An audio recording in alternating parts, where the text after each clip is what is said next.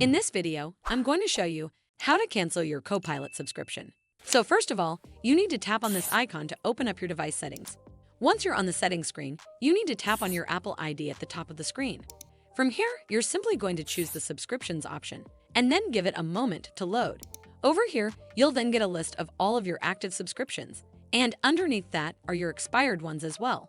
And you'll also see dates for when that next payment is due to be taken from your account.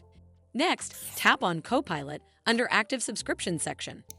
And then in here, you'll have the option to cancel subscription at the bottom of the screen.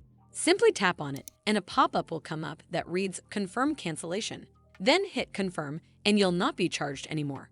And the great thing is, you can carry on using the app until the subscription date was originally due. Also, deleting the Copilot app or your Copilot account will not cancel your subscription, and subscriptions renew automatically unless you cancel your subscription manually on your own.